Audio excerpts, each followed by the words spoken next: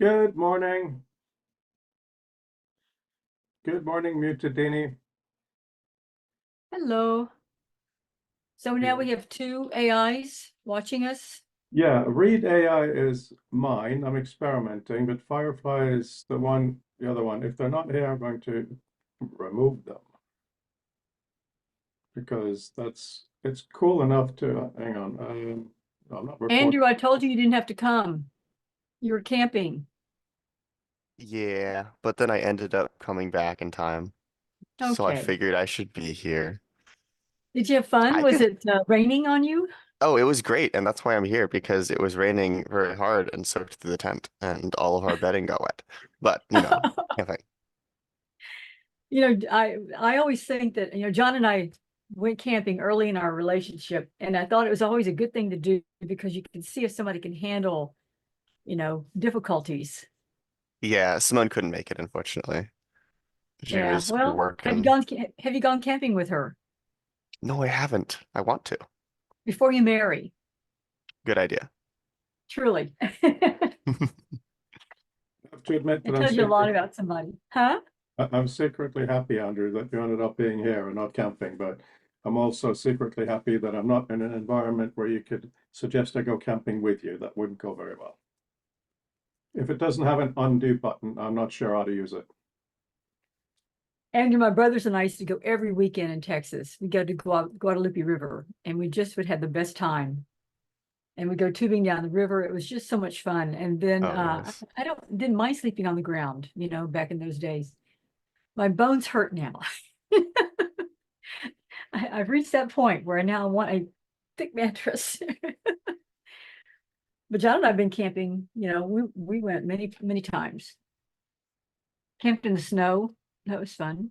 Yeah, that would be something. I think that'd be too Yep. cold for me. At least with my current stuff, I need to get a better sleeping bag. Yeah. Well, I'm glad you're back and you're safe and you had a good time, kind of.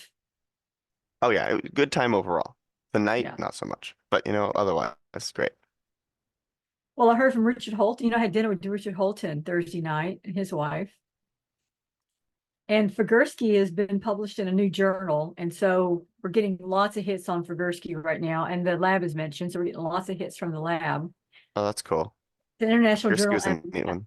Yeah, it's out of Netherlands. So it's a lot of new people. It's interactive fiction people. So it's really fun. So we're seeing lots of hits on the lab and Figursky and the next, which is great. Good morning, Fabienne. Good afternoon, Fabienne. Hello, hello, everyone. Hello. Hang on. I think there's a noise outside. Let me just close my window.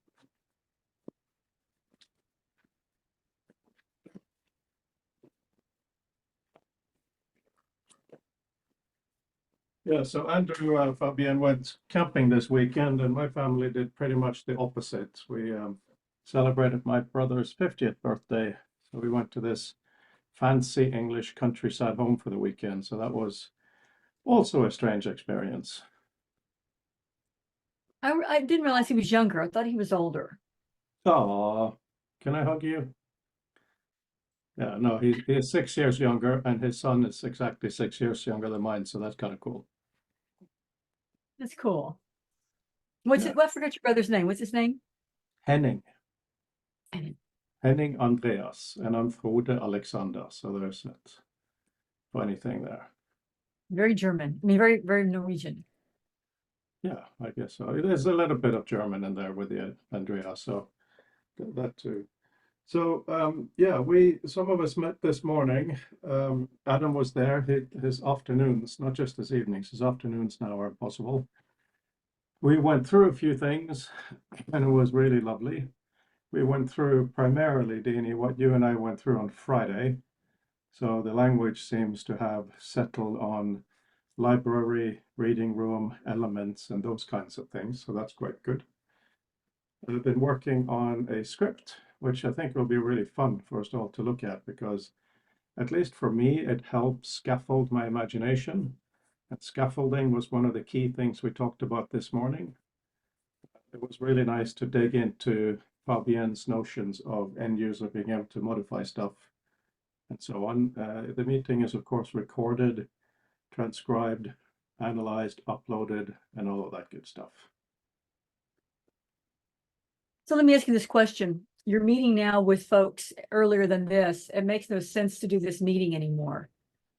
Oh, I don't agree. I think maybe we can make this shorter, maybe, but I absolutely think it makes sense because I'll give an example.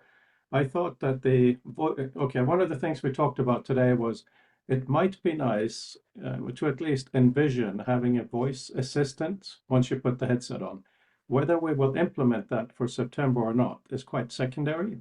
But the idea is at least that we think in terms of it because it helps us make real flows and realize things. And when you have to have someone speak how to use the system, it's easier to see where we've forgotten to do things. So I asked the guys, what should we call this thing? And, you know, you and I, Dini, we care about naming and we care about that kind of stuff. And so Fabian said, let's play a game. So Fabian said, let's play a game. You suggest something and we say yes. In other words, they have absolutely no interest in that side of things. So I think these meetings really balance each other out because when Adam and Fabian was talking, there was a lot of technical stuff where I was basically editing weekend pictures and just listening. So to have two complementary meetings on a Monday, I think is really, really good. Comment on that part. Please. Don't Can I hesitate to interrupt if we get too technical, so that even though it might sound too abstract, your opinion might still be valuable. So don't please. I mean, I'm not. You do whatever you want, whenever you want. But if at some point we go too deep because we use jargon and we use technical words, we're at least, Adam, I don't know, but I'm still always happy to expand on what the actual complicated sounded words mean. So don't hesitate at some point if it sounds like gibberish, I'll happily clarify. Oh, yeah, no, it wasn't a reflection on that, Fabian. It was more a reflection on, I think, you know, to have that is really, really worthwhile. And I'm very happy to be part of it, and whoever can. But I think it's quite different from our this time of day meetings. I don't think they duplicate. Like in the morning meetings, we're not going to talk about the symposium, nor the book, nor the student competition. None of that's interesting for that meeting. We're not going to talk about the wider issues. It's basically Fabian wants to do this. Adam wants to do this. We're also working on Andrew's thing like this. Blah, blah, blah. How does the JSON travel stuff? How do things happen? So it's almost like we had the Friday technical meeting before, except it's at the only time that Adam can make it. Couple of things. In the Sloan, just not to beat a dead horse, we have a Sloan Foundation grant, and one of the things we talk about is the Monday meetings and how we're trying to grow those Monday meetings to be a larger community. So we can't drop this meeting, and it also is supposed to be more of a broader look at things. Like it was supposed to be like your tradition, right? Like, what is the future of text? You know, that discussion that was happening before the Sloan Foundation grant kind of wrecked it. So if we can pull back on Mondays and go back to what future of text is and have that broader community be built, that'd be helpful. The Friday meetings were good because Andrew was there and we're talking about Andrew's production. The thing that I'm concerned about is that you've got production happening over here with Fabian and Adam, and then we have the production with Andrew over here, and they're not coming together except on Wednesdays after everybody's done everything. So potentially what can happen, I'm not saying it's happened already, but it can. Andrew's working this direction, doing these things that we tell him to do from Wednesday's meeting. And then you folks are meeting on Monday doing something else, and then he's having to go back and change everything he's already done. So having two production teams, this is from me running a lab for, you know, over a decade. Two production teams working on the same project, doing different things, but not talking is not a good policy. So what can we do to rectify that? And Andrew's got his hands up.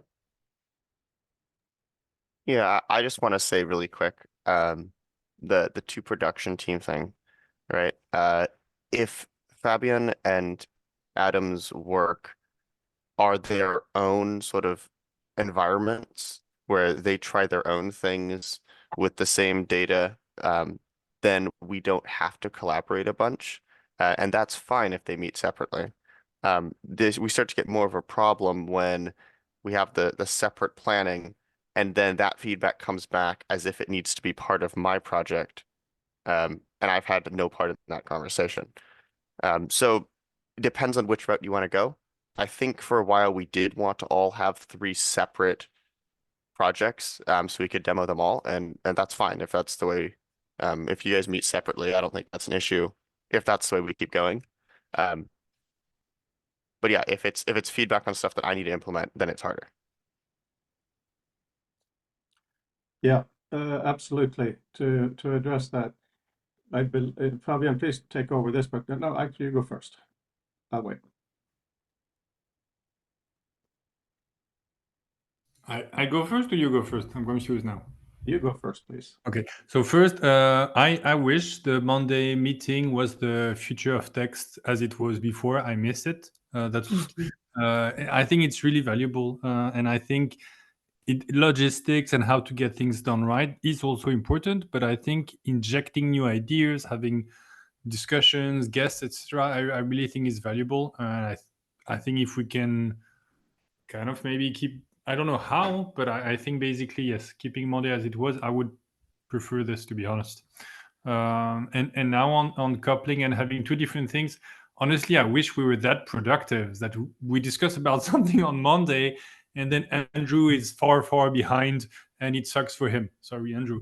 But we're not that fast. Like we have discussions, we get idea, and from the time it like sips down, even if we were to do something crazy efficient and implement right there, because it's all open source, because we try to explain how it works, and usually there are like more snippets or short ideas to explore to see if they make sense.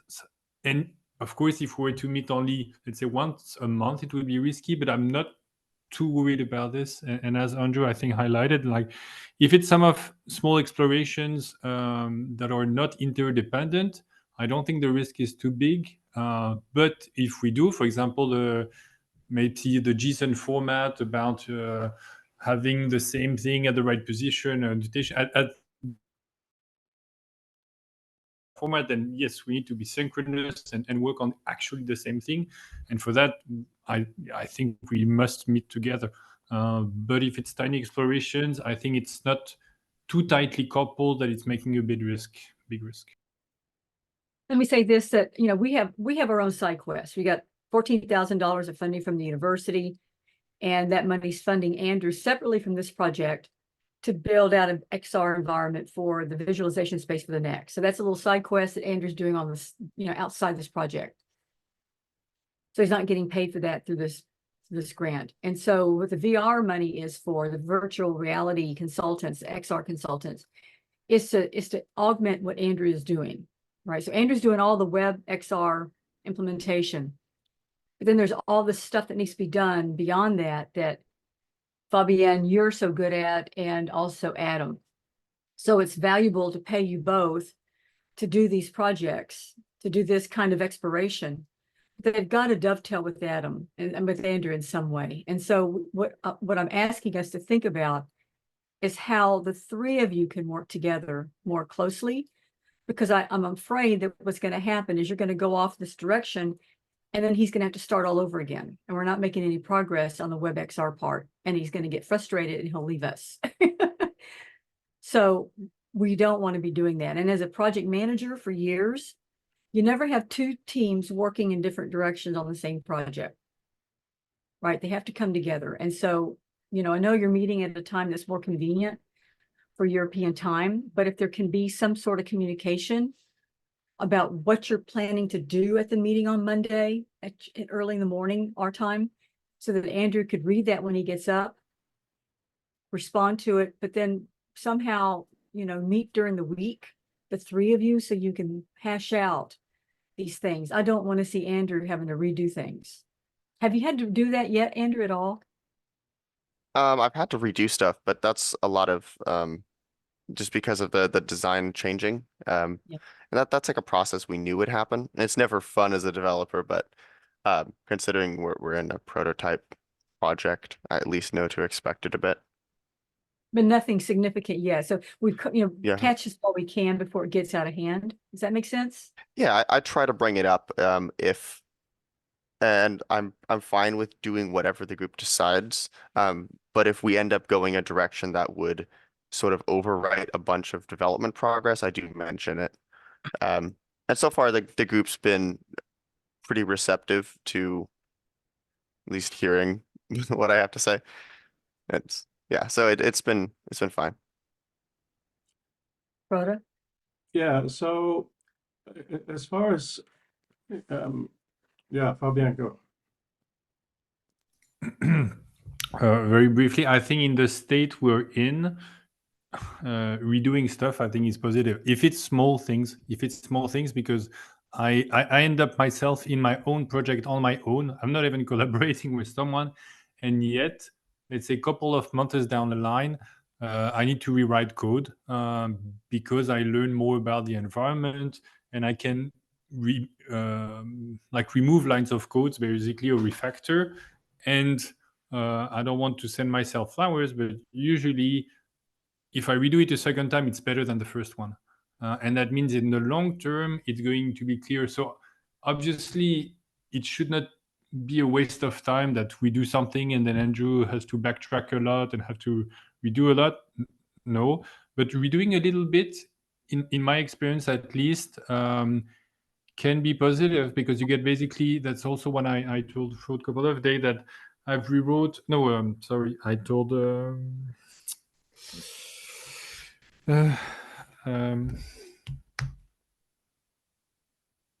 our Dutch friend in Hungary. Anyway, it's fine. Yeah, I can, if I redo it a second time or even a third time, I usually can do more with less code, and that's very valuable in terms of collaboration. Then more people can pick it up. So it's not. Hopefully, it's not a waste to redo a little bit. Let me mention that I'd like to circle back to the importance of the Monday Future of Text meetings, because right now we only have 4 of us here. And I know Peter has to take his mother out today. Brandel can't come on Mondays, but we're missing a lot of other people that could be here.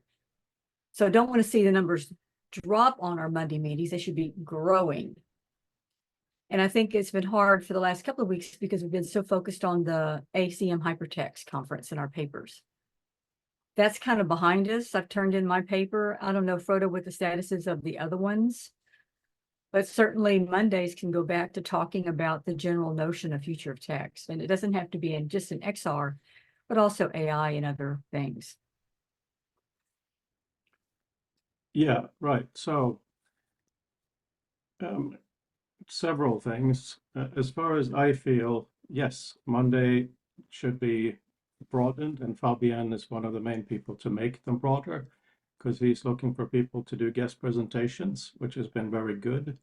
One of the people we hoped we would have do guest presentations, sorry, my computer chat thing went funny. We're actually seeing on Saturday in person here in London, so we'll see if he will join us later. But when it comes to what Fabian and Adam is doing, I see that as being very complementary to Adam, not telling Adam what to do. It is very important that we make our system open, of course. That's one of the key things we all strongly agree on. So that means that we will be it means that the JSON discussion that we're having now is extremely pertinent, because that is how we share the information, and that isn't straightforward technical. There are design issues around that too, of what kind of information should be shared. So that's very important. But I do feel we need much more time on design. One of the things I thought would be nice to, oh, by the way, the reason we're not so many here today is partly it's a national holiday here in the UK, so Mark is off with family things, so that's another reason. So we're a little shorter. Leon was part of the meeting this morning for a bit. He couldn't make it today, but yeah, we should actually make it more. But technically, what we're building we have had the discussion for a few weeks of what to put in the view, where we see a lot of things, with the view doesn't have a name yet. That's the kind of discussion that's a little difficult to cram into our Wednesday discussions because it tends to be, several different things. And then we have time to look at the brilliant work Andrew's doing and make small comments on maybe. Dini, why don't we just have the conversation in voice okay, I'll stop talking. Shall we shorten the Monday to an hour? If you want to do that, that's absolutely fine by me. The reason I'm saying that is that you're already meeting with people before this meeting, and it's going to be 2 hours. Yeah, but Dini, How- I was responding to you guys, and I've, let a lot of commentary go through. It's a bit distracting when it comes in the chat, main thing. The work that Fabian and Adam is doing, to my understanding, is technically not that related to Andrew. It's not like it's going to plug in directly. The idea, as I see it, is that while you're in the library, for instance, you want to choose to see something in the Fabian way or the Adam way. That's really important. So I can see how we will need to look at data sharing a lot. But when it comes to what you do in it, I think they are quite different discussions. Over. Okay, I'd like to go back to the Monday meetings again. So how long is your meeting, your design meeting on Mondays with Fabian and Adam? Well, we've only had one, and it was just today. And today it was 2 hours. Adam was there for the 2 hours, as was I. But both Fabian and Leon only had an hour each. That's all that fit today, because it wasn't clear that today was going to be a test of the Monday meetings. I think it is totally fine for us to really define what those meetings are. And I don't think it's fair to ask Adam, Fabian, or anyone else in this time zone to have to go to every Monday morning meeting. Maybe we do it so if they have things for what they are building, they want to discuss, we do that. I completely agree with you guys in general that the Monday afternoon, these meetings should be back to general future of text. My only concern is, as Adam pointed out, we've talked about the view of things all over the place, but we haven't really talked about the reading view. So if we can maybe have more time on Wednesdays to talk about that, what is on screen, what can people do? I feel we're lacking time for the specific, I'm an XR, here are the things, what can I do? And not just as a use case, but as a very, very detailed discussion. Andrew has really caught our slack a lot. He has put so many things in the interface based on the discussion. It's very impressive. And I really think we all need to be more part of that discussion.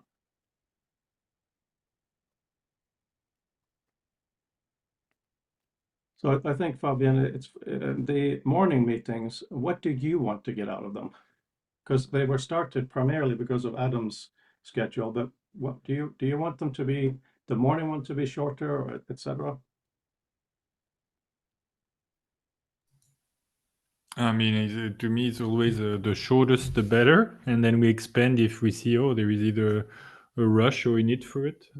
So,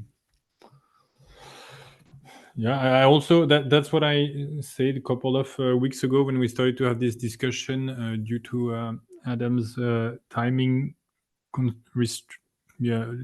requirements, let's say, or constraints. That I'm happy to try and then I see, because indeed if we repeat what we say in the morning in the afternoon, I obviously don't want to do this. If there is also no value into doing it because we wait, let's say, for the afternoon to have a proper discussion, no point. If there is both no overlap, that there are discussion maybe more technical or design in the morning and then more theoretical in the afternoon, and we still manage to somehow have let's say a summary or a way to make it, to keep it inclusive in terms of sparking discussions after that, I think that would be the best. But yeah, I as per usual, at least I hope, I try to say yes and then adjust over time. So because it was the very first one, now I say it was interesting. We had an interesting conversation. Will it be interesting every week? And we manage to, let's say, have enough quality topics that are different and yet build on top of each other because we managed to summarize enough or connect? I don't know. So as per usual, I'm happy to, as long as it doesn't, let's say, require like 4 hours of meeting itself and 3 days of preparation, workload that I can't do, then yeah, happy to go on like this and adjust.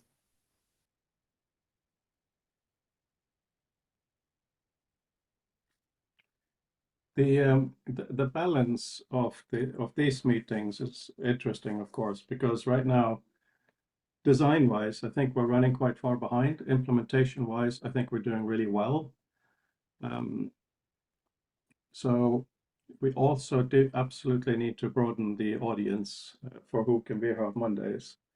So I'm wondering if maybe we do a split on a Monday in this meeting, 1 hour catching up on FOT, the other hour very loose. I don't know. I'm assuming that was not a magic wand, Brandel, but your cat, right? Okay, just checking. We're just going through a little bit about our timings and schedules because we had today we started with a meeting European time in the morning for Adam because he can't do evenings at the moment. So Fabian was there for a bit, well, for an hour, and Leon was there for an hour. So we're looking into how that fits with what we're doing here. And also, Dini pointed out that these meetings are, the Monday ones are supposed to be more inclusive and not just Sloan. Sorry, my computer is being funny. Sloan design based. So as I put in the text here, I did upload a summary of today's meeting in Slack. So it is there, should there be an interest in it. Summary, video, and transcript.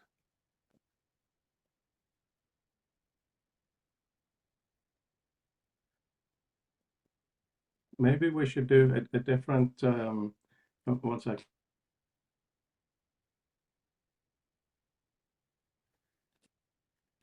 Sorry. Yeah, maybe we should. Oh, okay, let me put it this way. There are some things we need to still discuss. We need to discuss the broad space, and we need to discuss I'm interacting primarily with one document. Where should we have those discussions, and how should we handle them to make sure we get the most inclusive design? Dini, please. Yeah, so one thing we laid out at the very beginning in January during your visit was a relationship between Future of Text and the Future of Text and XR project for Sloan. And one thing I didn't want to do is have the Sloan project disrupt the beauty of the Future of Text project, which was an open discussion, lots of people talking about the future of text, which I find very interesting. So I wanted to keep those separate. So I recommended the Wednesday meetings for the XR project, for the Sloan project, and the Mondays would stay intact for the Future of Text project. And then we realized we needed a design meeting, so we started the Friday meetings. And that was Andrew and whoever could be there to talk about design. The Friday meetings didn't work because that was not a good time for people. So that was moved from what I understand to Monday before this meeting. My concern is that you've got these wonderful folks meeting earlier on a Monday European time, and then having to come back in the evening to talk about Future of Text. And that's a lot of time for those people. That's 4 hours on a Monday. And some of them are getting paid, but there's a lot of volunteer people. So it makes more sense if we're going to do a design meeting to have that separate from the Future of Text Monday morning meetings here, my time, and make this meeting shorter, like an hour. And that way, it's not going to be such a imposition on the folks in Europe who are going to the earlier meeting on Monday. That's a recommendation. But just in effect, what we tell the Sloan Foundation and the grant is that this is a separate project. We're going to help build the Future of Text community through the symposium, the book, and the Monday lab meetings, which we're supposed to be building. we haven't done much on that in that arena on Mondays. And then we moved the Monday meetings to discussion of the papers because we had to. I'd like to pull back from the Sloan Foundation discussions on Monday mornings so we can talk more readily about the more broader notion of future of text. Yeah, you're right, Andrew. But so that's my take on it. So I feel like we need to do more to build the community, and it's not going to happen. And a lot of these folks that are coming, they can't stay 2 hours. I mean, if we're going to be building this community in hours all the time they've got. So let's make it from 8 to 9, or, so that people can come, and then do your meeting earlier, but just make sure Andrew's in the loop. That's my suggestion as a project manager. So as is referred to in the text chat here, and as you mentioned, just to keep it all on the transcript, Dini, the Friday meetings were, of course, technical design. They were not interaction design meetings. And I think a test case is how we now should discuss how we should interact with a document in front of us, and how. I thought we weren't using the chat. They're using voice. No, But but not use the chat anymore. I am now speaking it. It was written there as a note, and I'm now speaking it. So the Friday meetings were technical design. They were not interaction design. And I don't think we've done enough interaction design discussions because there are so many unknowns. So I think that it could be useful to, on Mondays, to have part of it be interaction design discussions. I think people coming into our discussions would like that, provided it's clear what it is, because I've done 360 of these meetings recorded. And, the first many hundreds, there were some good ones, of course there were, but they could often kind of spiral a little bit. Now we're extremely lucky. We have a specific thing we're doing, which anchors even the general discussion a little bit, I feel. So that's why I think how we're going to discuss how we interact with the document as a pop-up book, so to speak, how we interact with a wider view. We need to get that done. And Wednesdays don't seem to have the shape for them, it seems. So for this meeting, for instance, I had prepared the beginnings of a script idea. And considering the workload, Dini, that you so rightly point out, we can't really expect people to work, other than Andrew, outside of hours, so to speak, outside of these meetings. So there isn't actually that much design thinking happening that is being fed in through, writings or diagrams or whatever. So is it fair enough if we, as a test case, if you guys tell me how you would like to discuss the design issues, the interaction design issues?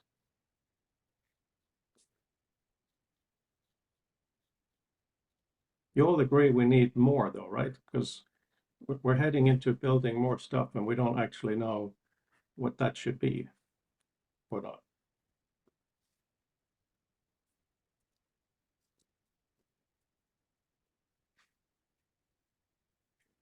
I think Dini's point is that irrespective of how much the project needs, there is a value and the utility to having a generalized sort of venue and context for talking about future of text as a concept, completely aside from the Sloan project. And I think that's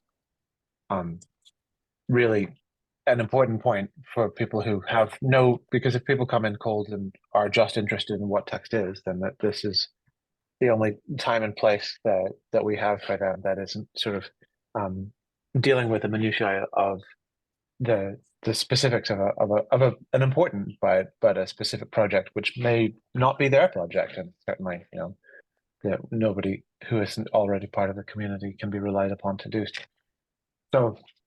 And I from Dina's perspective, I also understand that that is the thing that she is actually on the hook for. So I appreciate the generosity of saying having a place that is completely delineated as distinct from the project is actually has a lot of value, is both true and also puts the resources for the project under, ever so slight amount of pressure. So yeah, I agree. And I think that the needs of what needs to be done for the project versus what is a valid thing for the idea of an open channel are distinct.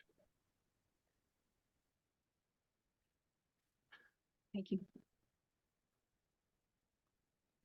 I do want to say I'll be starting June 1st is when I'll start the 6-month report that's due to Sloan. And I'll have to report on the progress of the project, which I think has gone really well. Progress of the symposium, which is the planning is going really well, and the book. And I think the one area we need to build on is this Monday meeting stuff. And one thing we can do, Frode, is that we have folks that are RSVPing to the conference, Matt Kirschenbaum being one of them as of this weekend, and he's interested in AI. So it might be fun to talk about AI and invite Matt maybe to come in and chat with us one day. And he's on the East Coast at Maryland, so it wouldn't be so hard for him to be here at 11 o'clock during the summer. So he might want to come and join us. Someone like that. Might want to ask Mez Breeze to come in and to show her, give us a little sample of her work for those folks that have not seen it before, because her idea of text is very different than ours that we've been discussing. So that might be a fun thing to think about doing and start increasing that membership, that group that comes on Monday.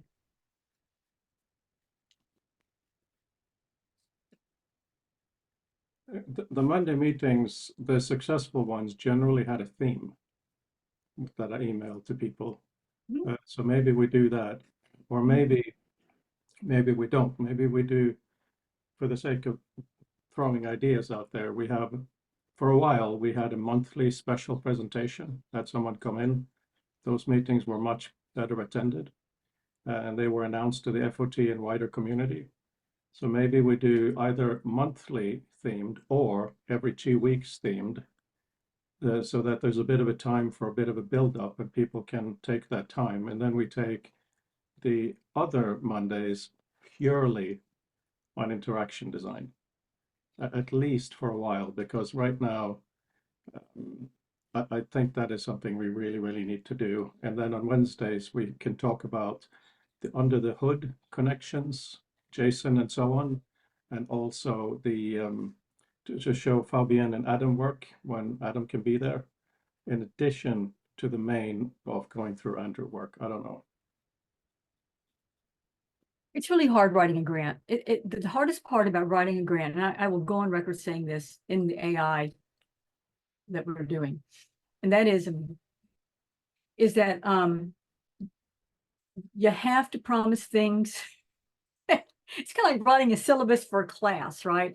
We're expected to turn in the syllabus before the class starts at the university. And most faculty don't even look to see who's in their classes. They have 24 people or 30 people or 100 people in their class, and they just write a syllabus, right? Not even realizing what the room looks like. So even if you know what the room looks like and who's in your class and what their expertise is, you still have to turn in a syllabus. You go into the class, you realize that these folks are actually quite advanced. So you have to start redoing your syllabus and revising it. And you revise it as you go, but at the same time, you can't change the grading scale because then students get mad at you. When you write a grant, it's the same problem. You have to write something before you start the project. You're supposed to know the project so well that you can write about it, right? And promise all these things. And then when you get to it, there's all these things that happen, right? Time zone,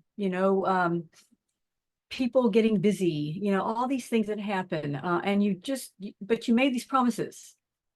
And so it's really hard. And I want to go on record also saying, this was Frode's project. This is his thing he wanted to do. And I'm interested in XR too, but I'm a completely different direction of XR. I'm more into the images and movement and games and that type of expression. So trying to bring us together, but this was his project that I wanted to see come to fruition and supported it. And so I didn't have all the pieces writing this, and we're trying to write this together, and it's hard. So we're finding these little points where we're kind of hitting a wall. And where I'd like to step back for a second is say that the Future of Text Monday meetings are important. And Frida, you did a good job these years holding this.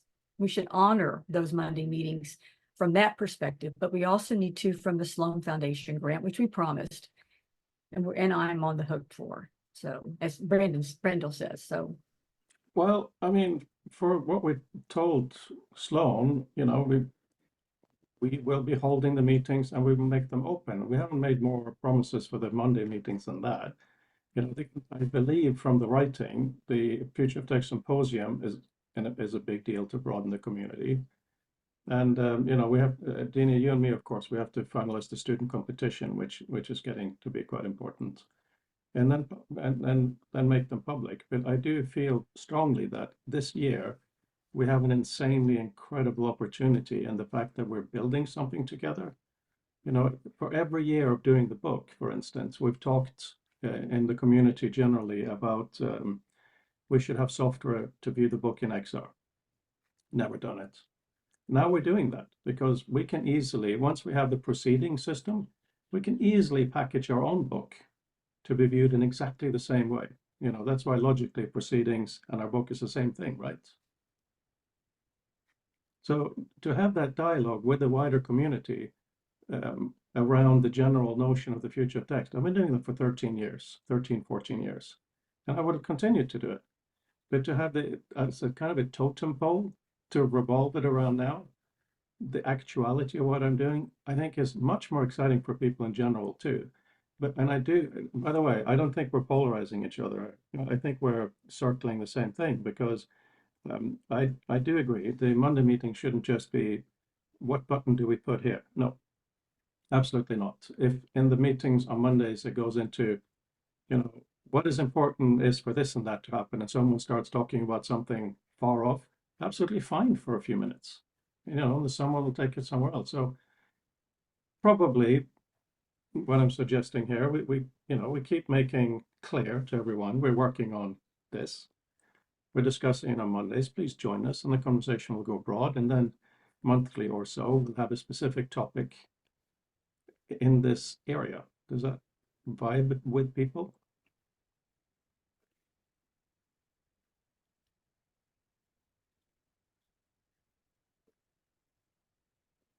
That was a massive question, and I was drinking, so please talk. Was that far off, or was that close to what we're feeling? Seems like we're still talking about our project on Mondays, and I think what we want to do is be a little more open, like it was before. A little more open, but the problem with what it was before, you know, there were a few meetings where it was only me. That wasn't fun. You know, there were a few meetings. I mean, as I said, I had 360 of them so far. We're almost at 365, so we should party. Yay. There were quite a few that just, you know, there was a big churn of people. You know, if you go back and look at them, the people are not there anymore. I mean, Fabian is one of the longest serving members, so to speak. And, you know, Brandel, you've been there a long time. Dini, you've been in and out for years as well. So I do think that if, okay, first of all, let me make it clear. I agree we should make Monday more inclusive. I agree we shouldn't make it so technical that a new person wouldn't be interested. Completely agree. But I think that if we go out on Twitter, by the way, it has to be called Twitter because you can retweet something, you can't re-exit. So the name X doesn't mean anything. Anyway, if we go out on social media a bit more actively announce what we're doing, if we say, you know, future of text, Monday time so-and-so, we're working on reading in XR, we have something we're working on, you can check it out here. If the discussion is wider, I think that would help the discussion. Sorry, Andrew, just to add on to that. I've been trying to get stronger dialogue for the future of text for 20 years now. The only time the dialogue has progressed a bit has been when there's been something more specific to talk about. And I think that what we're doing in Sloan gives us that. So I don't think it closes down inclusion for people. I think it gives them more of a focus to understand how they can contribute in the discussion. However, having said that, Dini, you and I come from different areas into the text space. So considering the notion of maybe bringing back the monthly meetings, maybe we have monthly meetings that are more on the humanity side, where Dini, you decide on the theme and specifically invite that cohort of people as well. Cohort is not the right word, I apologize. But you invite people specifically around that space. And then, you know, those days are that. Because if we don't do something more specific for our Mondays, I think it's going to be a little wishy-washy. Dini first and then Andrew. I'm sorry, Andrew. Andrew, you go away. We love you. I like the idea of, I mean, one of the problems we're having right now is bringing our language together, bringing our terminology together, bringing our multiple worlds together. And I think the way to do that is, once again, going back and looking at, you know, what has been done before. So the book club idea, where we're looking at, you know, this is what Benedict said, this is what Rushkoff says, this is what all the, you know, this is what, you know, Doug says, this is, you know, let's go back and revisit some of that. Maybe not read a book, but read passages and talk about that. And dig a little bit, you know, I know you call it navel gazing, but dig a little bit into I the don't intellectual. call it navel gazing. I said some of it is, and I think that is a good thing. Just like design is often navel gazing. I didn't at all mean to disparage that. I think it is very important that we continue that, Dini. Well, I do think it's important to talk about the intellectual part of all of this. And I think Absolutely. that is what I gravitate to. Two things. I like I mean, I'm not a theory head by any stretch of the imagination. I've never been a French post-structuralist. I've never gotten into that world of literary theory, but I do like looking at the past and seeing what people have said. You know, what theories, you know, have they put forward, and what has survived? What has been made true? You know, which ones are not theories anymore? I like that historical look at things to see where we are today, because it tells us where we might need to go next. So I love that. So So the monthly Monday book club, and our reading club, call it reading text club, something, I don't know. Dini, But monthly or bi-weekly? well, twice a month or whatever, I don't care. Once a month is fine. I'm just saying that we should probably do it a little bit so that we can bring in some other folks, and we can bring in artists to talk about art, the textual aspect of art in XR, because Mez Breeze is not a writing person, she's a visual person. Like when you look at Inanimate Alice that she built, there's, I mean, really and truly, it's very visual. It's not a lot of text, and she had a hard time putting text in it. So And before, oh, sorry, Dini. and then Caitlin Fisher's work. I mean, there's lots of folks like that that are looking at XR for their work and could dovetail with us and want to be at the symposium. And if I get the funding from the Warhol Foundation, I'll be able to pay them an artist fee and show their work at the exhibition I want to do. So Yeah, I mean, they're both in previous books, which is perfect that they continue. So before I give the mic to Andrew, bi-weekly or monthly, guys, for this? I suggest bi-weekly. Good, everyone is in firm agreement. Okay, Andrew. This is kind of jumping topics back a bit. But I noticed we're talking about bringing the Monday meetings back to the way they once were, which I may never have seen what those were. But you know, it's still a theoretical. And also we've been talking about trimming the Monday meetings to just an hour. I wonder if it would be useful to just combine that, where the Monday meetings, the first hour is just locked in as what it used to be, and then the second hour is optional, but you can continue it as they are now. And we'll of course have some people leave at that hour mark, and those who want to stay behind and discuss design and things like that could. yeah, that's a good idea. And then that way, because I need to get to campus when school starts on Mondays. And so that makes it possible for me to do the 8 o'clock to 9 here, and then 9 to 9:30, and then take off at 9:30. Andrew doesn't go to campus on Monday, so he can stay to the meetings till 10. Yeah, okay, so Fabian and compromise. Brandel, what would you prefer? Split Monday meetings into 2 hours, or have full and then every 2 weeks?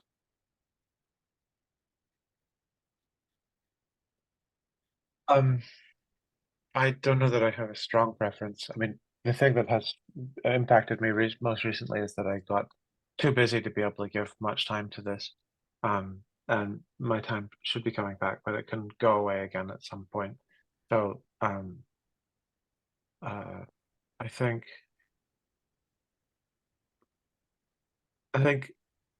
um,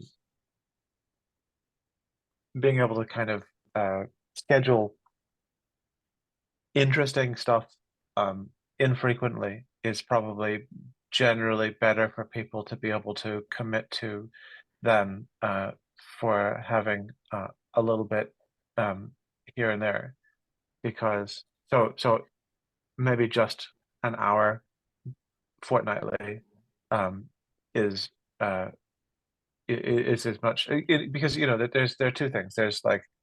There's general calls on people's time, and there's the sort of novelty and the specific and the generality of the content that is there as a draw for people, as an attempt to kind of cultivate and grow a community of people who have a venue that is more generally open for them to be able to talk about their ideas as well. So yes, Future of Text per se has this project, but other people have other projects. So, you know, Raphael has Napkin, and other folks, you know, who want to talk about those things. It would be really valuable for them to be able to see this as a place to be able to do that.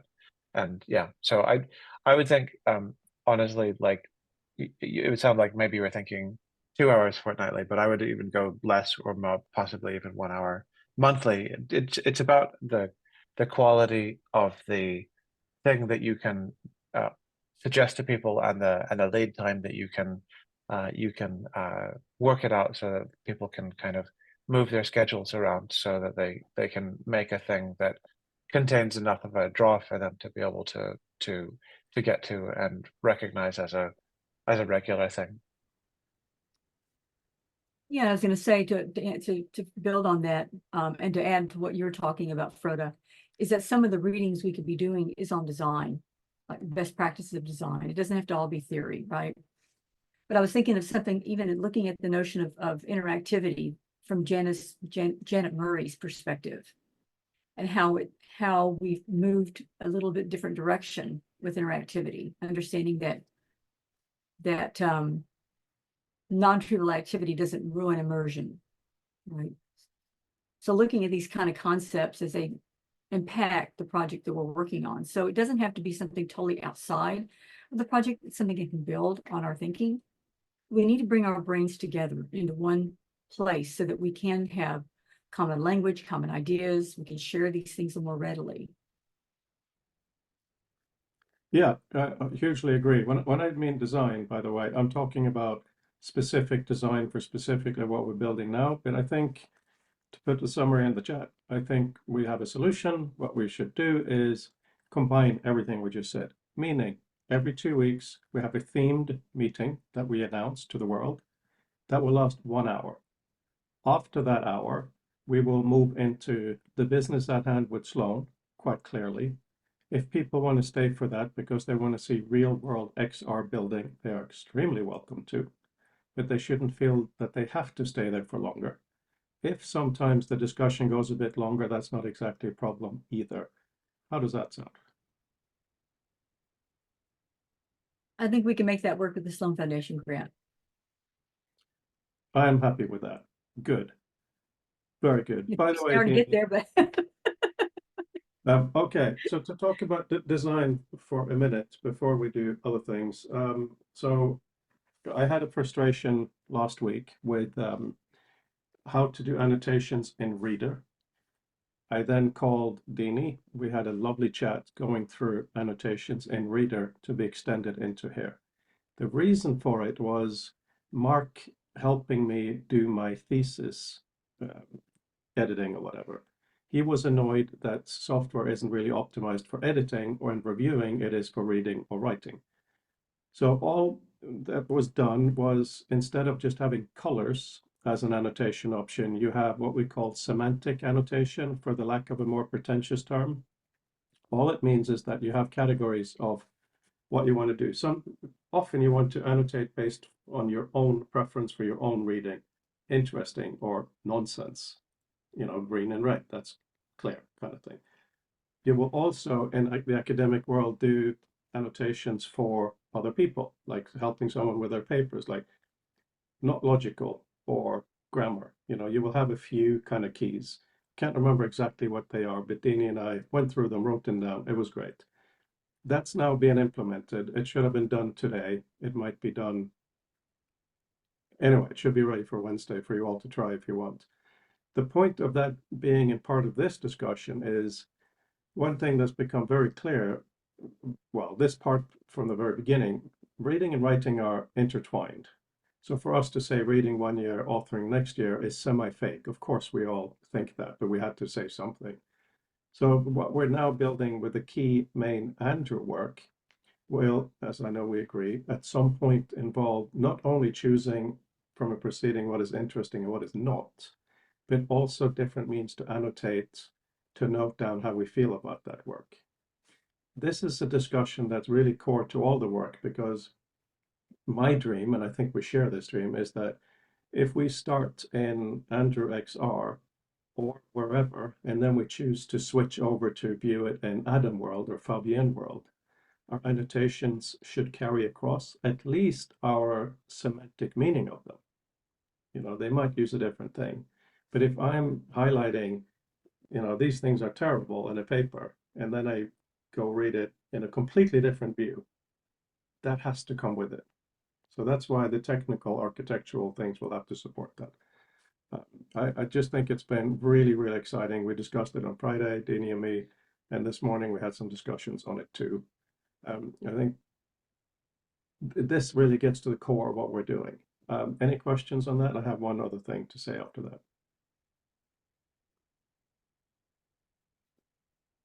No? Okay. So I'm quite excited by the notion of having a person or a voice inside our system. So I've written the very beginning of a script, and it's really meant to help us walk through and see if we've forgotten something. So I'll read a little bit of this. It's not very long, but please feel free to interrupt me just by speaking at any time. Don't do the hand, I won't see it. So I put them in section: welcome, start, move to reading, presentation, and so on. So we were talking about a name this morning, and the guys didn't want to do one, so I suggested the following. Anyway, welcome. I'm your digital voice assistant, DV, also pronounced Dave, here to present you with your options and listen to every command. Please note that you can always ask, what can I say? And I'll show you a list of options that will be relevant to you. You can also ask me to pause at any time you wish, and then simply say, go on or continue when you're ready. The reason for the name DV is Adam was suggesting that we shouldn't have it too humanized, but then DV can also be pronounced Dave, so it kind of defeats that whole thing. What do you feel about the general notion of such an introduction before the voice shows you what to use? Any thoughts? Can we have a less gendered name? Can we not call it Dave? I actually wanted to call it Dini, but I No. thought you might No. find that, no, you're bossing me around by saying Dini this and that all the time. Yeah, I'm happy to think of a... Bossing you around? No, I just thought I would have, yeah, yes, we can think of that. The only issue with that is if we have it in a voice, it's going to, I think it'll be harder to get a less gendered voice. And very often these systems are female. So that's why I thought, okay, let's do male, because assistant, I mean, Apple was actually sued because Siri was a female voice, you know. But yeah, I don't know. There's names that are not gendered. I mean, there's names that, Yeah, but voices are harder, no? I don't know, the androgynous voice we used in Portal was fantastic. We took a voice and made it very androgynous. It could be male or female. And the character itself, we moved from being male because we really didn't know Homer's gender, really. We don't. Or if they even existed. So we turned Homer into a non-gendered character. And that worked out really well because it made everybody feel inclusive And it answered the question that Greek scholars have been asking for years: is who in the hell is Homer? And where did they come from? So we can do that. And there, I mean, that there's nothing wrong with that. And I'm not bossing you around. I'm just making a suggestion. No, the other way around. That we would sound like we're bossing you around by saying, Deanie, what's this? Deanie, do that. That's what I meant. If Deanie was the name of the yeah. Andrew, please. So I got a quick question, which then determines what I have to say about it. What is the main point of having the voice? Is it to give like character to the work, or is it to give instruction? Obviously, it accomplishes both, but like, what's the main focus? The main focus is actually neither one of those, in my mind. The main focus is to help us design this, because after this initial sentence or paragraph, it speaks to the user, but we may not actually need it. It's just that you see, when you tell someone what something is, it becomes more real, right? So this is a way for us to have scenarios to make it real. But also a little bit of character and a little bit of instruction. But please go on with the second part of your question. Sorry, I couldn't answer that. Okay. Well, I'll guess I'll just go through both then, because I'm not sure which route. If it's for instruction, it's basically a tutorial, which means that anyone who's been in the work before and is coming back to it is going to want to skip this. So I would say when you're entering, before you've done anything, you're looking at that sphere. There should be an option on the side that says like enable audio tutorial or something, or voice assistant or something. You can turn that on and then enter, and then it'll give you the spiel, so you can skip that entirely once you've already heard it. The other thing is if it's for personality, a lot of the AI assistants have like they obviously give the instruction and try to be useful, but they all have their own little like personality quirks to make them interesting. Just bits of connotation with their voice and stuff like that. We've moved a bit away from just the flat monotone robot voice, just because it's boring to listen to and you want to just turn it off. So if DV or Dave or whatever we name it is going to just be reciting information, could go either way, but maybe we could consider giving them a little bit of a personality, make it more engaging. Yeah, I'll share a little bit of that. But also, one thing that Adam is very excited about is voice interaction. And I've been quite against that because it's text, text, text. However, to find a good way where voice interaction is augmented by text rather than competing against it. For instance, the biggest issue I have with working in XR is the cannot touch things. And as you all know, I'm not particularly fond of the laser pointer. So to be able to, if feasibly, we can get to a point where, you're looking at the word on the screen and it says fantastical, and you say, look up the word fantastical. You don't have to select it, you just speak it.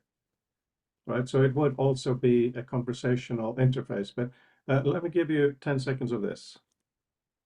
Welcome. I'm your digital voice assistant, DV, also pronounced Dave, here to present you with your options and listen to your every command. Please note that you can always ask, what can I say? Right, so there are some amazing audio qualities. That's a completely synthetic thing.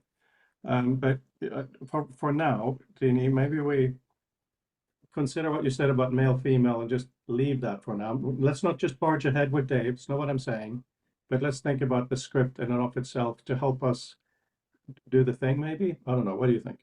I just looked up names that are neutral, that are used by men and women, and there's bunches of them, of course. No, of course, yes. So let me mention a couple that I thought were interesting. Ariel would be really interesting because Ariel is the spirit in Shakespeare's The Tempest, right? And was the kind of the guide, the opposite of Caliban. And so Ariel might be an interesting one because it could be non-gendered. Another one is Tracy. But I like Ariel a lot. And something like that. And then voice, got a British accent, which is Americans love, right? If you have a British accent, you're smart. You're French, you're really cool. So yeah, I mean, I don't care about the accent at all. And the voice could sound a little more masculine, but the name could be definitely kind of mess that up a little bit. And that would satisfy a lot of, I don't keep harping on the Sloan Foundation grant, but one thing we promised was diversity. And we're not doing it yet. And that's bugging me. Yeah, no, that's a fair point. And also, I really don't mind having a female voice. I purposefully went against it because of the issue Apple had with Siri, where they were sued for it being a female voice. Because, But that female voice is very, very female. I mean, I don't think I have a feminine voice, but I'm female. I think I have a very loud masculine voice, which upsets people. no, you have a feminine voice, but you don't have a girly sing-song voice. That's very I different. don't. I don't. And Brandon's going to say something. So I like text. Sorry, I like speech. I like having speech feedback.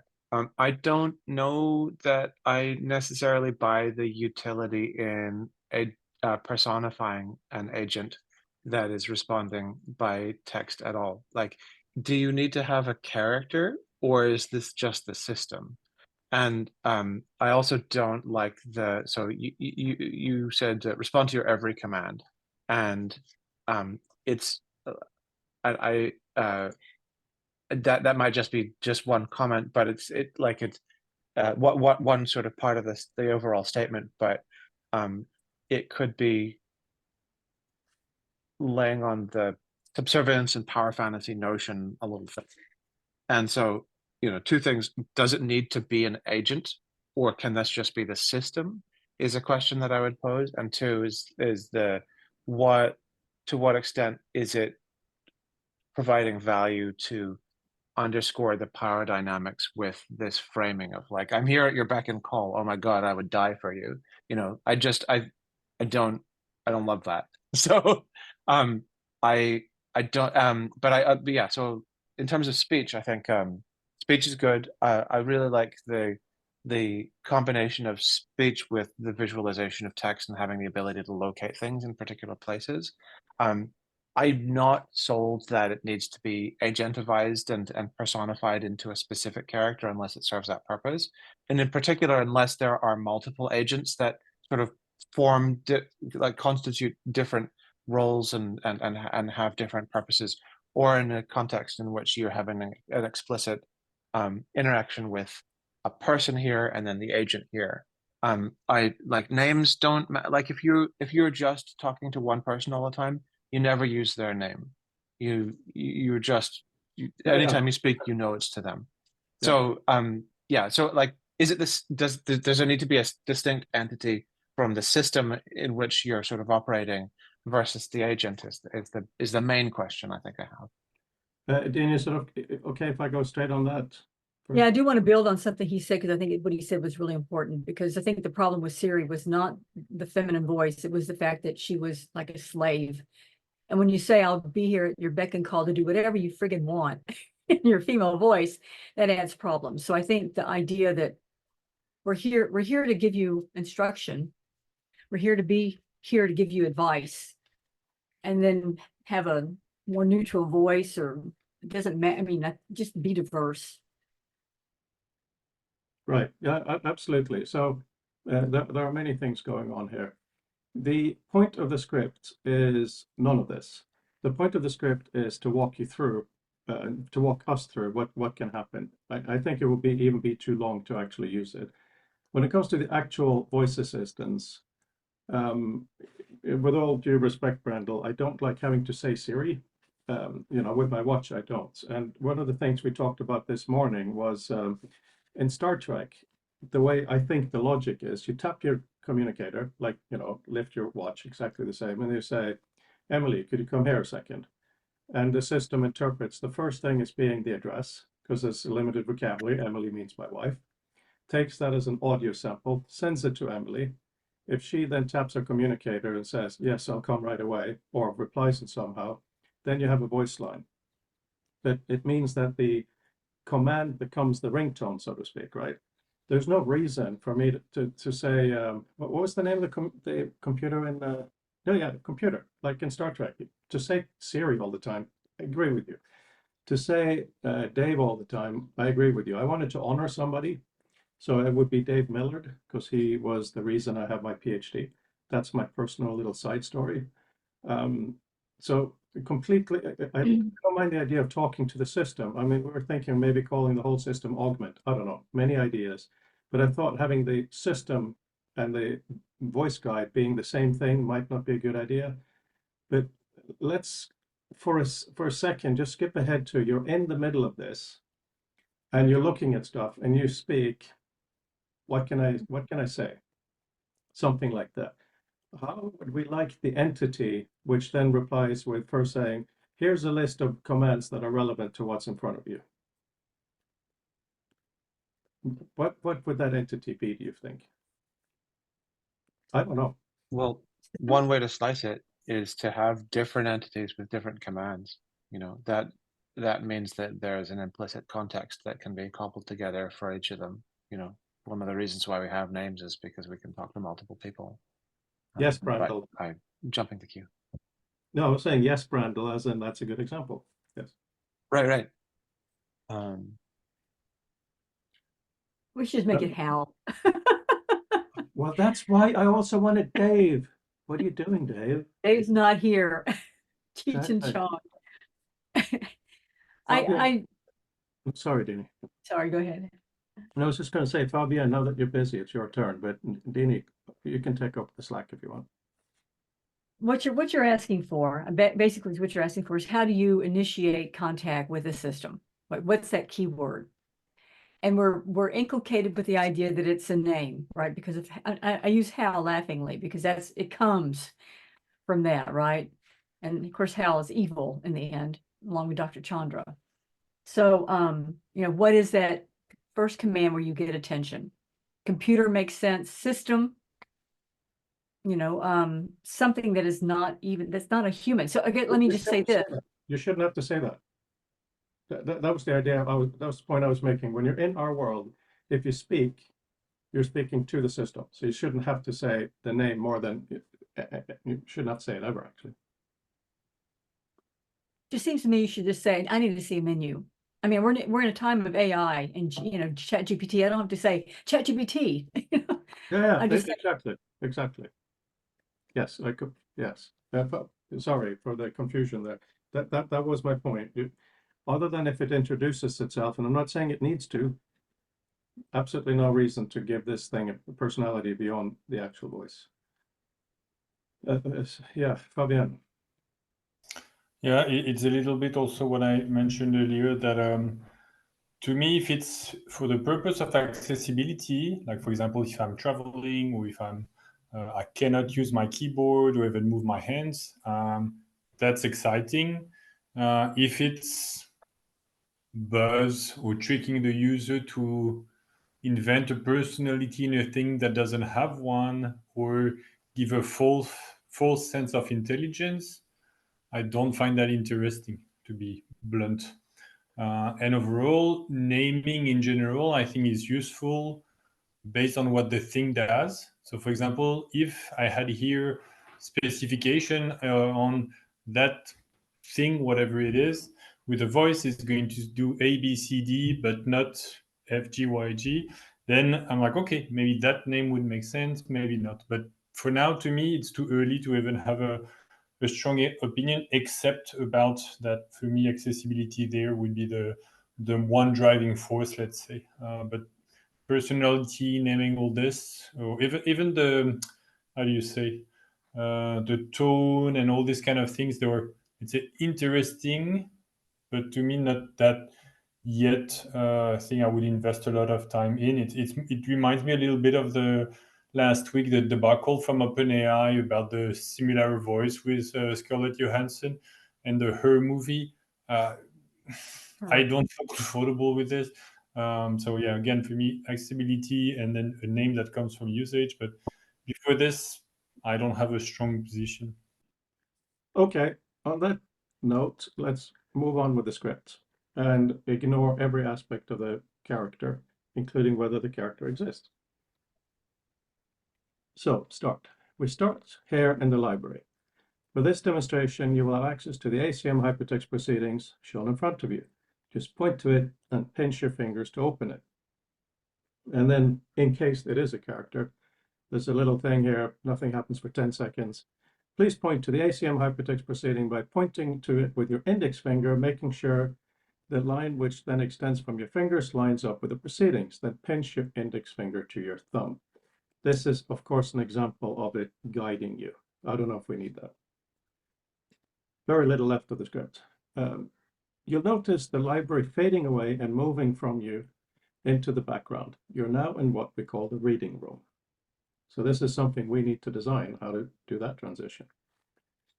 The proceedings is now shown to you as a list of titles and of the papers it contains, in the order they were published. And here's a really key question to everyone, see if you agree. We expect that one of the first things you'd like to do is determine which papers are relevant to you and which you'd like to go through first, so that you're up to speed at the conference. The idea here is to make it clear what we've built the system for, at least this initial interaction. To augment how you can interact with all these papers, there are many things in the reading room you can use called elements. You can fully customize these. We have just set up a set of starting elements. A key element is who wrote the paper, so therefore we set up a list of all the authors on your left. You can select any author or authors, and you will see that the papers which are not authored by them will fade a bit, letting you focus on the ones you selected. At the top of this list of authors, you can see it says authors. This text is both a heading and a virtual envelope. You can tap on it to fold all the authors' names into this and tap on it again for them to come out. You can move any element, in this case, any author's name, anywhere you want to, which is nice, but it can be a bit cumbersome. And this is the final bit. There are therefore also controls for what is displayed, which you can access by tapping on the sphere of your arm. This will produce two sets of options, elements and layout. Elements let you toggle which elements are visible, and layouts let you specify how you want to lay out selected elements. So this is what I mean, talking it through like this is, so Andrew, the point of this is for us to really find out what the interaction should be, right? So for instance, the whole thing of having all the author names under the name author, so you can quickly toggle them on and off. I don't know if that's what we want, but by talking it out to a friend like this virtually, we may decide on what the interaction should be. I like the idea of scripting. It helps us walk through the whole process from A to B, and helps us know what we need to design, what we don't need to have. Cleans it up. I get really upset with my students that turn in a video to me that they've never scripted because it's a mess. And then they have to start from scratch and re-edit and reshoot and all, and there's not even a shot list, you know. So this is a process we need to do, and that's a scripting process. Thank you for doing this, Frode. I think it'd be good for us to, I think you've posted this. Is this what you posted in the Slack channel? No, all I posted was a reference to our meeting and the meeting this morning. I just wanted to get a feeling, because I'm passionate about jumping into this now. This is what I'll be doing today and tomorrow. I just wanted a feel, and it's been extremely fruitful discussing this. So Brandel's questions about the identity of having a male or female assistant and all that, I completely agree. I just want to read the end of the script because most of it's nothing. The end is, thank you for your patience. Please interact with the space and feel free to call on me anytime. Just say, what can I do or help? And I'll be there. That might not be the right tone we want to set. Right? So what I've talked to Adam about a while ago is, you know, that in my software, control click menu in gray, I have the keyboard shortcut. I think that's really important to teach the user. In our world, if we can do voice, if there is a menu of some sort, there should be written, this is what you need to speak to make this happen. Right. So that after, so you learn, because what I don't like about voice interactions is, unless you're talking to a human, you don't know what vocabulary you could use. Well, I think AI is changing that. I think we're not even thinking about that anymore. We're using natural language and sentences. And even when I type into Google for a search and I misspelled 6,000 words, it still comes up. But let me just say this. Why don't you post that in our Slack channel so we have all access to it? Let us think about it before Wednesday and come back with feedback. And let me walk through this as a user because I am the case study, right? So let me think about this in my own personal case study experience. This is what you're saying that we're doing. And is this exactly what I would be doing? And then this, let Andrew think about this in terms of what we've already produced, was producible. We can start thinking about this in terms of design. Okay, design, what this needs to look like, what we're missing, going from different episodes, so to speak. Yeah, I can't see, it's so small. I can't read that. don't worry about reading it. It's not, I'm not showing you to read it. That's not the point. I will do that, Right. Dini, but by the end of today, I will clean it up a bit. What I'm doing is just the control click menu that I keep going back to. Today, I've made it a lot shorter in Author, because otherwise it is not useful. That's all I wanted to show.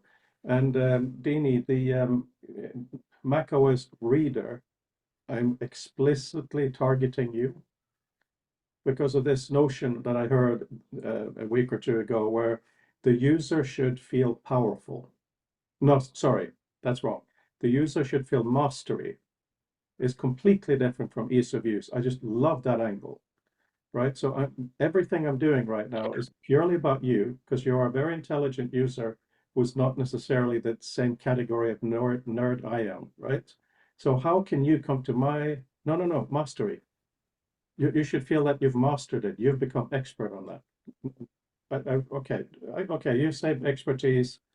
Well, we don't use the word mastery anymore in academia. Oh, It's but considered, look at it this way. We're talking about tool use, right? If you get a sword, to use it well, It's I'm less not that, disagreeing with you. Froda, and more the political ramifications of the term We don't use the mastery word because mastery.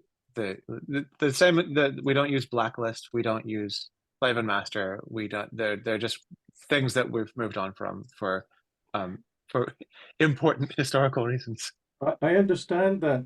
I've learned over the last 2 weeks that language in America is very different from language in Europe. That there's Sure a is. lot of different things like this. I think Fabienne agrees with me though, right, Fabienne? He says it sounds outdated. It is outdated. Yeah, I think it is, but I do like it still. I guess I like some outdated stuff. The problem, I guess, is more if some people might be offended, triggered. Yeah, I don't think it's worth then the trade-off. I think maybe it's a bit colder, I guess, to say expertise, but at least everybody understand. I think what I want to highlight is the growth of expertise or the growth of mastery. If the tool helps to become a better expert, to me, that's exciting. But it's not the same thing because if we use the example of using a sword, you can have all the expertise in the world for how to use a sword and you still won't be able to lift it. Expertise is knowing something about something. Mastery is being an expert is using something. It's not the same thing. Sloan is an American foundation that expected us to be diverse, and this is part of it. And I apologize for being the taskmaster on this and to keep harping on this every meeting. I apologize. I don't want to sound like I'm bullying or the mother in the group, but we don't want to be using terms that are not used in an American institution because the Sloan Foundation is American. If this was, I don't know, Horizon, in Europe or Marie Curie or something like that, totally different. Okay. But we are bound to Sloan, and I apologize for that. My country's totally ruined. Yes, I know. Okay. Okay. It's where I live.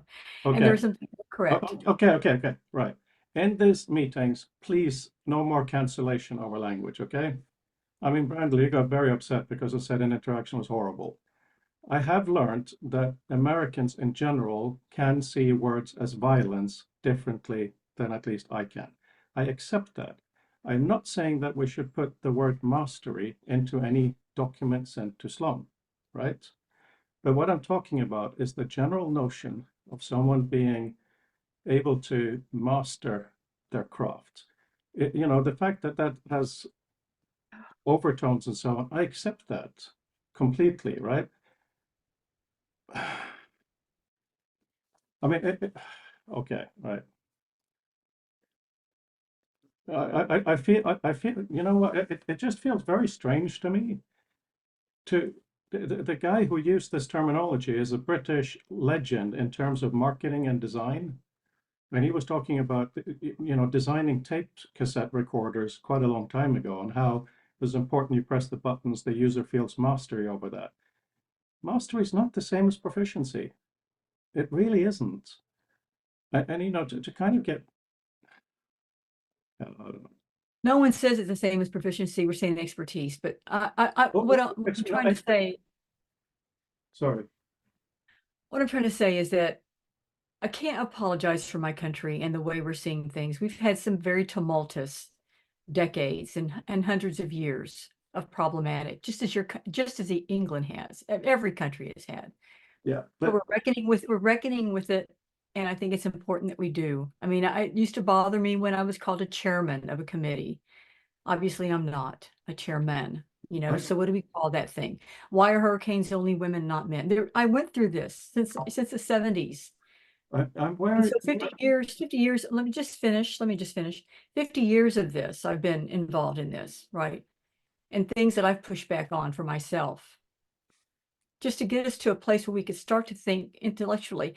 Language is important. What we call something is important. And even as something as simple as, you know, white is good and black is bad. So black and white, negative and positive. That stuff holds all kinds of metaphorical issues that Johnson and Lakoff talks about deeply in the metaphors we live by. And so I think we really do want to be careful, and we can say it among ourselves, but know that we're publishing these things, these discussions on YouTube. We're putting our stuff on YouTube. So we want to make sure that people know that we okay. are being careful and concerned. All right, I understand that. Okay, but we also need we need to be a safe space for dialogue, and that means obviously a balance. People should speak freely, but people should not offend. Of course, that's the balance. My background, having grown up in Norway, is obviously different. You know, the way that I interact with male, female, different races, and so on. My wife and I, it baffles us, every single American TV show has to have a racial reference in every single episode. That's very, very strange to us. In the UK, do we have no racism? Of course we have racism. We have it in a very different level, however. You know, it is very different. Having studied and lived in America for a while, obviously you guys know better than me, but I have experienced extreme racism to my face. 10-second example, driving at night, didn't put on my headlights, police pull us over to say your headlights are off, hand on the gun, only looking at my black passenger, completely ignoring me. Many things like that. I'm fully aware, right? When it comes to the male-female issues as well, absolutely fully aware. There is also, obviously, and by the way, I do think Dini and Andrew and Brandel, we are on the same team here. We all have the same love for humanity and each other. So I'm in no way lecturing you. Please don't misunderstand my tone, what I'm saying. You know, there are many current political things that are completely ignored within the wider discussion of how we use language. You know, that's one thing that's pretty weird. Yeah, yeah, okay. Now, back a step. As far as talking to the system, I do think we need to have the system help you figure things out, because just like we have had problems with our vocabulary in terms of what we name things, the user may not know what the system has named things. So that's why we need to have a little bit of a help system for what are those things to the left, right? So that's why we need to start a basic vocabulary such as those are called elements. And I'm not married to any of these examples or civil partnership to any of them, to be a bit levity. And there are some things that I've discussed with random people around this. One of them is the question of what can I say? You get a list, a visual list, because otherwise you have to listen forever to what are the available options. If the system is aware of what you're looking at, that's great. That list will be smaller. And also when you say something, you can choose to have it written out below so you can see how it's chunked. All these things we can look into over. That makes sense. I think that's good to be able to kind of clarify and winnow down those things that are sort of relevant in the sort of domain of inquiry. On the subject of vocabulary, something that is pretty challenging to do in the process of writing dialogue is realizing how bone-crushingly simple speech is in comparison to writing. So saying stuff out loud and imagining other people saying it out loud is a really valuable sort of process. The words like therefore basically don't exist in speech. They're writing words, and people read them out, but they read them in speeches. They're not part of casual speech that sort of flows between individuals. And this is the first draft, all that kind of stuff.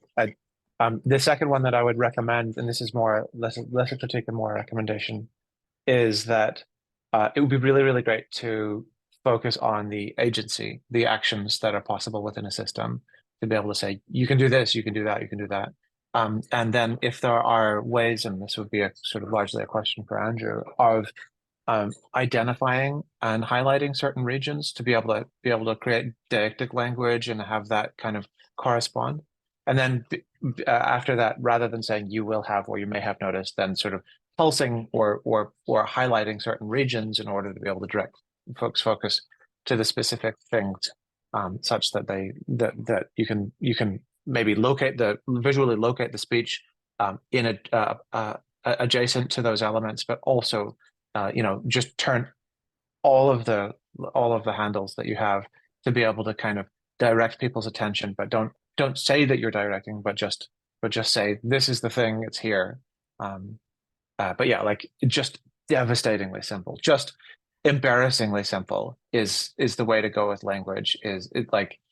Language, spoken language, conversational language is more or less monosyllabic for the most part. Except for those color words that need to jump in on those occasional moments. But yeah, so just explain like I'm 5 territory is really valuable to be able to kind of pursue. 2 things. First of all, Dini, it would be amazing if by Wednesday you can write a list of who you want to have as kind of key speakers every 2 weeks, or themes, or books.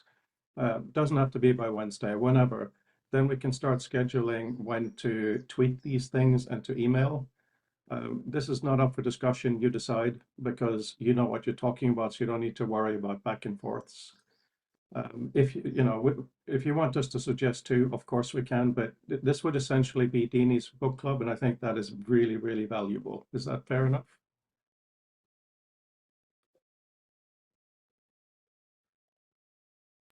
Yes, I had to find my audio. Okay. Can we go back to what Brandel just said? Because I thought Yes. Yeah. that took it completely off. No, Is that that was just a quick without. Okay, back to what Brandel said.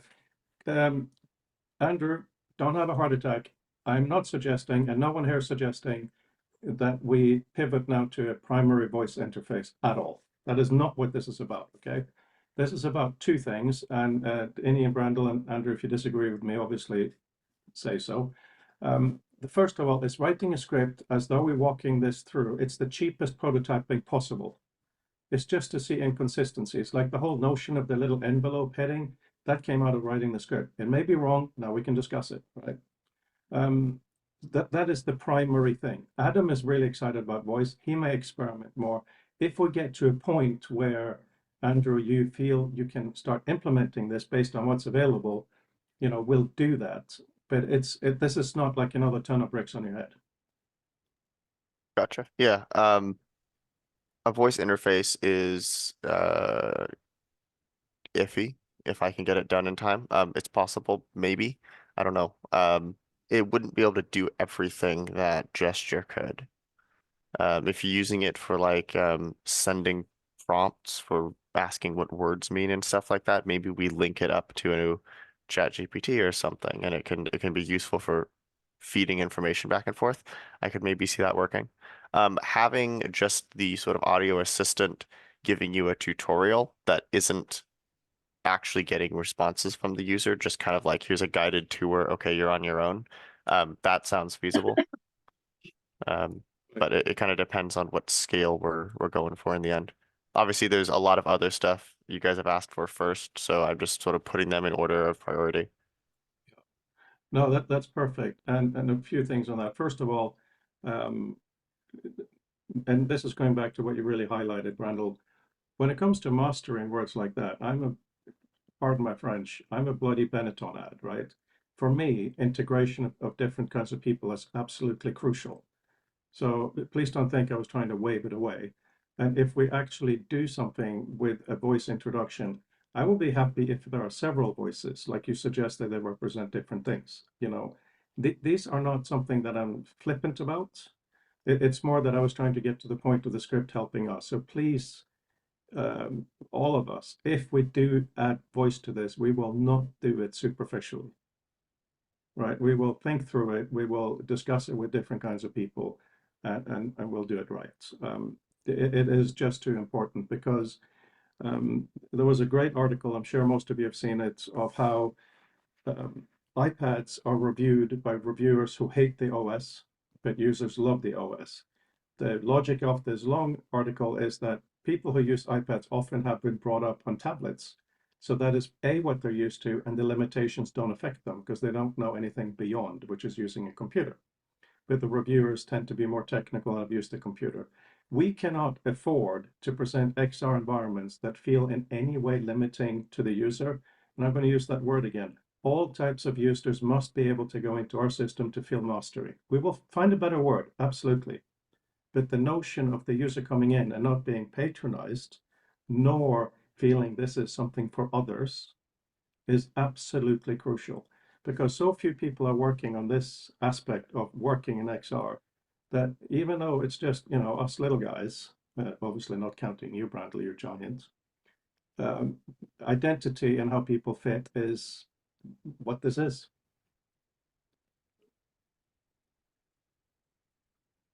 I'd like to respond to that if you don't mind.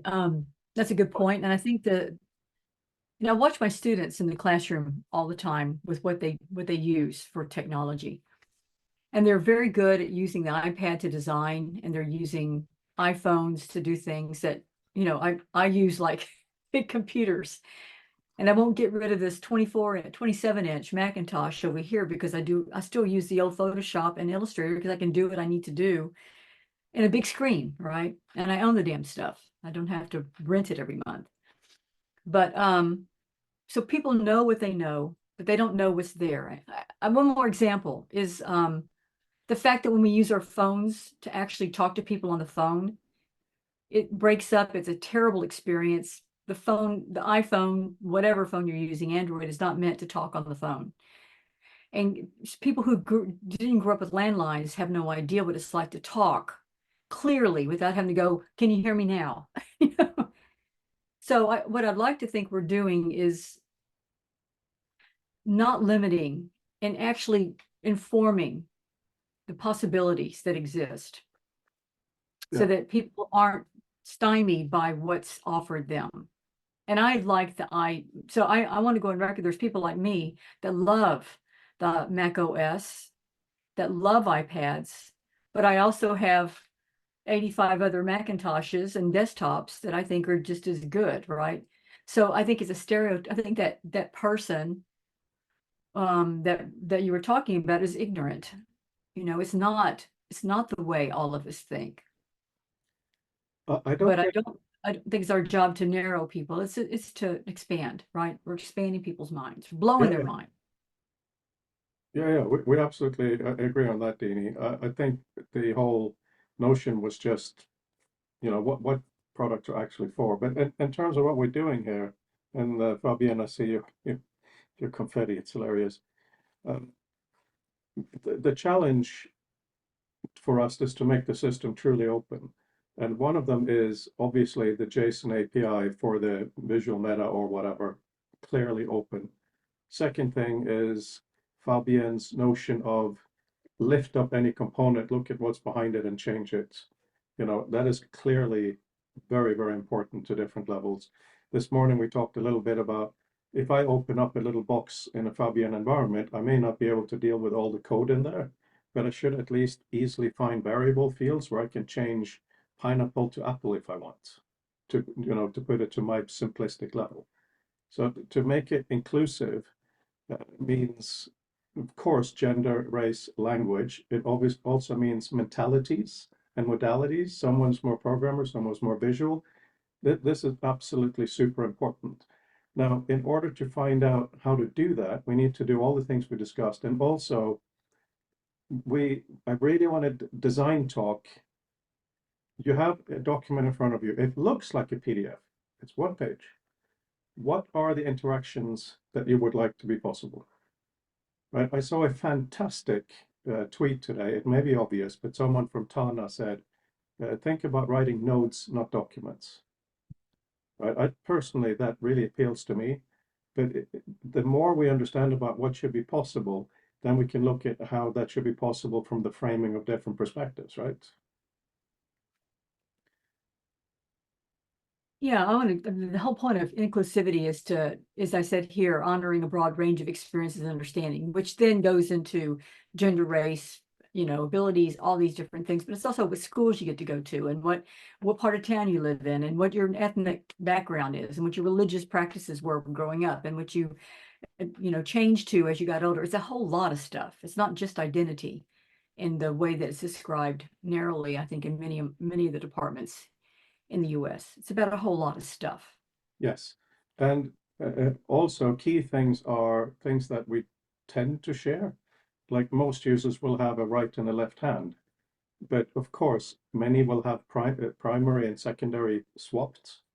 This is one key thing that we need to build into our system. And one of the ways I've thought of doing that is when you first click on the enter, whatever hand is used at that point is recorded as being your primary hand. So you don't have to go in and do a toggle if you're left-handed or right-handed or something, right? So there should be ways we can look at the user's behavior to infer what works for them. Right, yes, I mean, several people have one hand only. And, question is one hand. I have a friend who's missing the hand, but has the entire arm. So they could still have the sphere. Right, so where you put that as a secondary thing is important. And one thing that I've realized more and more is we tend to have the grab thing in Android world on the left because we have the scroller on the right. But if we're right-handed, it's more natural to reach out and grab on the right-hand side of a thing, not the left-hand side of a thing. So I think we're at the stage now where we really need to look at the human body in XR space, because just the act of this, rather than going across, is a bit weird. What do you think? Yeah, this is what we talk about in the lab all the time. And this is the metadata that we've developed, that we talked about, that we even brought into the Sloan Foundation grant. So sensory sensitivities, sensory, some disabilities, something as simple as left hand, right hand, right? Short, tall. I'm playing beatbox, right? I mean, Beat Saber. And some of the boxes come up really high for me. I'm 5 foot tall. I'm little. I jump up and hit them. Andrew just has to reach it up and tap it, right? So yeah, I think physical aspects are really important. Fabienne. Yeah, and I think it's if we make, I'm going to sound a little bit harsh, I guess. If we make everything inclusive and accessible, we're never going to do the whole project. Like it's really hard. But I think if we can have at the very least a couple of, I guess core mechanics, ideally, for example, switching hands or one hand or even no hands, and to show that those mechanics are implemented thoughtfully, that it's flexible enough basically to accommodate, I want to say, different dimensions, like height, maybe even more abstract one like culture. In my opinion, I would argue, because hopefully it's well documented and open source, that with a couple of examples, then people can they can go further in other, let's say, features, or it's at least one implementation that is flexible enough to show that we do generally support inclusivity and accessibility. Because it's a combinatorial problem. Like if all the features have to be accessible for every kind of challenges, I think it's intractable. But if at least a couple are done right, let's say proper architecture with a couple of good examples, I would argue it's enough to say, hey, you want more and you want it differently, and the system is open. So please do it, share it back with the community, and then we build on that together. Yeah, that's I 100% agree with that approach. And also, if we do make it that level of open, it can be done. An example of how that happened last week was a user got in touch with me, said they wanted dark mode and reader. They can't have that. PDFs negative often don't look right. I realized we have a kind of a lift mode where all the text of the PDF comes up as a word processor. We can turn that dark if the computer is in dark mode. It took me 20 minutes and I've solved the problem for them. You know, that's the example of we can keep adding accessibility. It doesn't have to all be there to begin with as well. Randall, please. Yeah, I think there's a sort of a continuum of work in any place where you don't have the full development budget for everything. What's most useful to do is to show a basic proof of concept of how certain things could be tackled, and then to by demonstrating it, and then to have the ability to describe or address those things for everything beyond it. You know, like when I interview for folks in roles, it's clear that they can't do everything, and even if they can do lots of stuff, they shouldn't do all of it if they want to get something done. And so, what's more important is to see what they can do and what they say they would do with more time or more resources. And so I think in the interest of, like covering the way in which the system approaches accessibility, to be able to talk about that across that sort of spectrum of resolution in the sense of being resolved, is a perfectly adequate thing to do. You say, here's one we did, here's a literal pencil sketch of another thing we could do, and here are some paragraphs of some other ones. And I think once you have all of those things in hand, then that's done the job pretty well. Yeah, and 100%. And also, we need to put our own bodies in more. That's why it struck me with the whole right-handed, I want to hold it by the right hand. You know, it's hard to even realize that's an issue before having been there a while. You know, it's like, what is not working for me right now? You know, that kind of stuff. And also, in terms of component wise, one of the things I really hope we can do is to make it so that when you go from the library space to the reading room space, you can easily say, just take me to Andrew's normal reading room, or really easily say, I want to be in the Adam reading space now, and it jumps over there with some link or whatever it might be, right? Because you will need different kinds. I mean, one of the things I really want personally is to be able to read a document that is physically on my desk, as in it's overlaid perfectly on my desk, so that I can use my finger to do highlighting and stuff like that. That's probably not core for what Andrew's building, but it shouldn't be much. And then if I take my headset off, the exact same data should be available on my iPad, for instance. So that means that we look at the different media, what is the benefit of this, that, and the other, try to optimize it for that, try to make it as smooth as possible to go between them. Yes, Fabienne, please. Going to be a little bit useless. If I were to do this, I would use the glass or phone or whatever, take a photo of the paper itself, and either get that paper in the original form, PDF or whatever, or overlay the image and then highlight on the image, not on the physical paper, because then you don't have any jittering or anything like this. I do think a lot of people actually have that use case, and I think it's an interesting one, bridging basically both, because if you really care about the paper, you might have printed it, and then you don't want to use the other one. That being said, I'm sorry, I have to run and go. So thanks for the lovely discussion. Plenty of true challenges, not just technical ones. So we'll get through it. See you on Wednesday and see you in London on Friday. Yes, can't wait. Talking of which, in London, we are looking at having a second Future Tech Social this summer. So if you have any dates where you may be here towards the end of the summer, please do say so. With a bit more planning time, we can do it. I really look forward to this weekend and wish you guys could all be here. it'll be really interesting to have absolutely no presentation, absolutely no schedule. But if we talk real work, we hopefully will put a camera on or something for some of it. So I think we made progress today. I will work on the script tonight and tomorrow morning. So at least tomorrow, if you have time, you can look at it yourself. If you have your own things you want to write in parallel, please do. One more thing, and with all due respect to stereotyping, I am a man. I'm not particularly good at airing things. I think compared to people that I know, it's quite normal, meaning Adam had to punch into my head last week that I had kind of ignored Dini and Mark in terms of reading the paper, looking into that.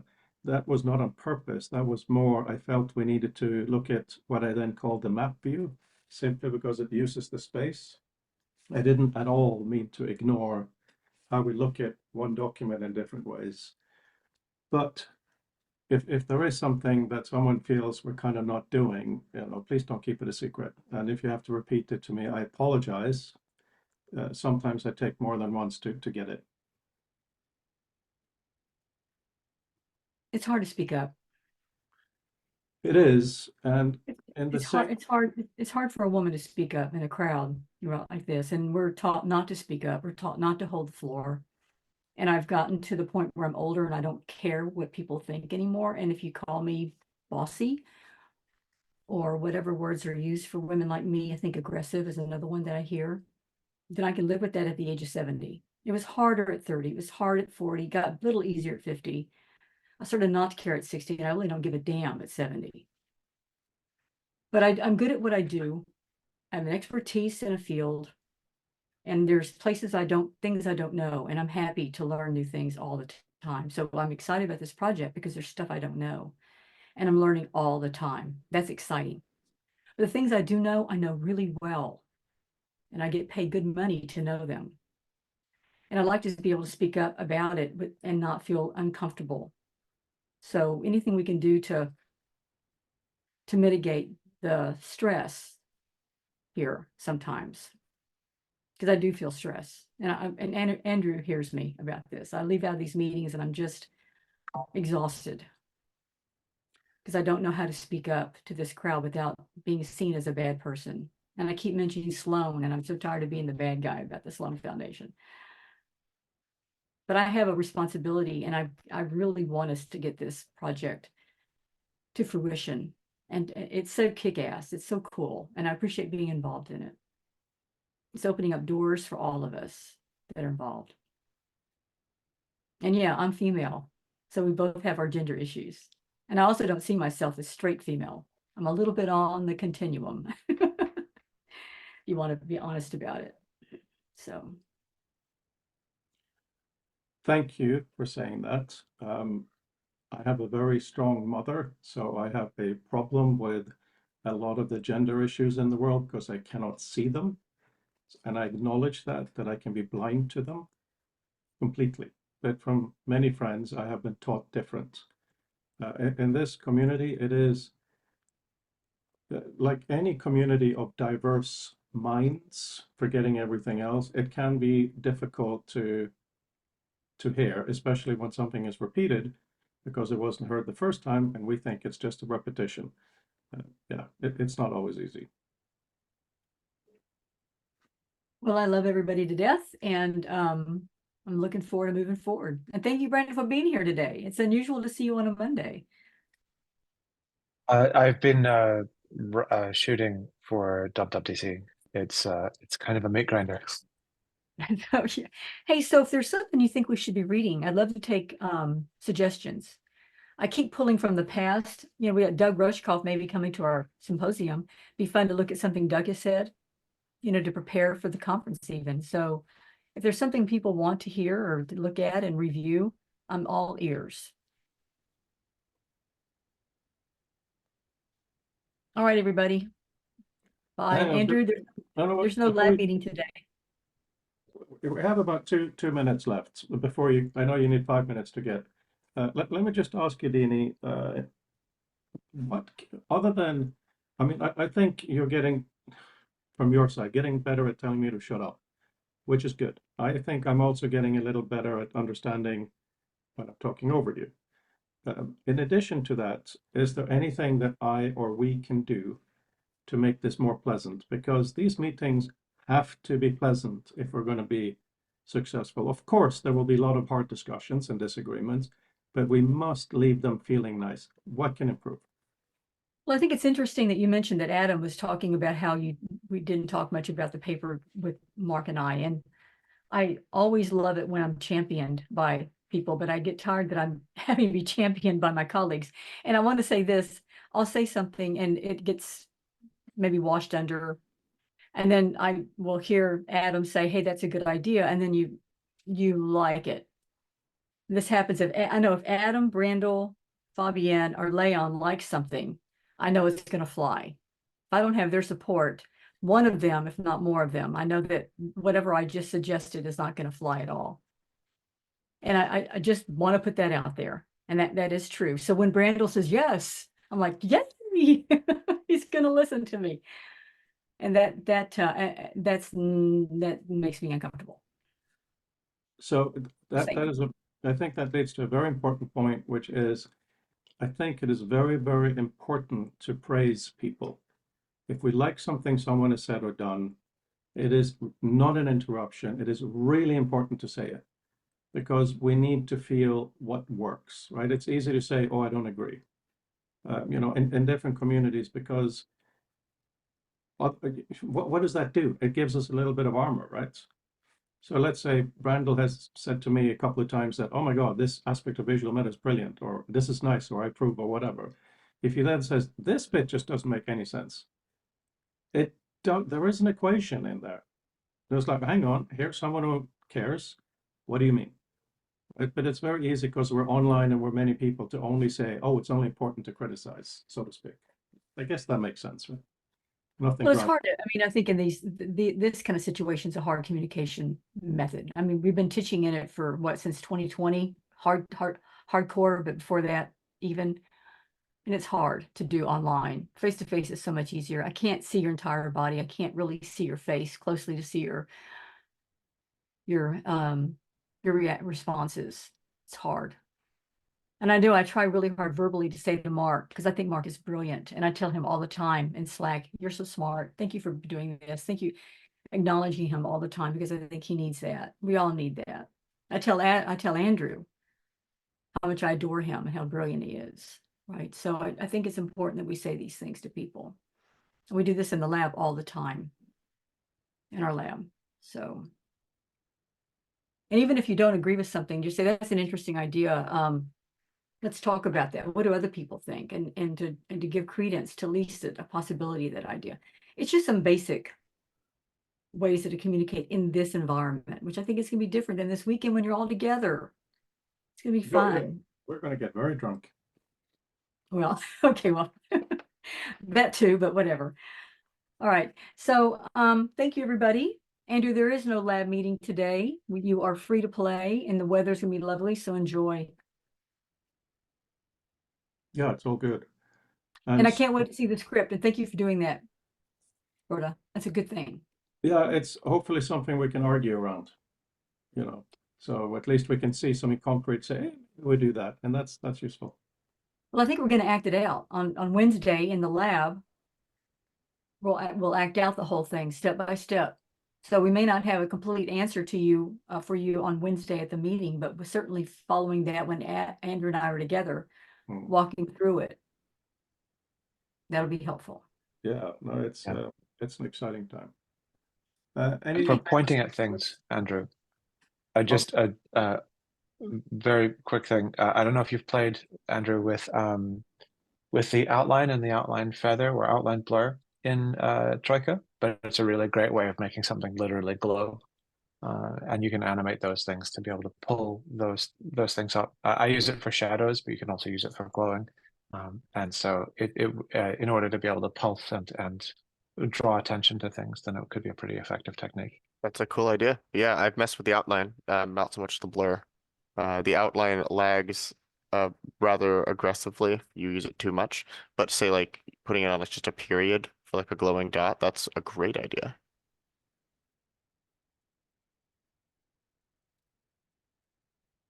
These are the things we need to discuss. Thank you.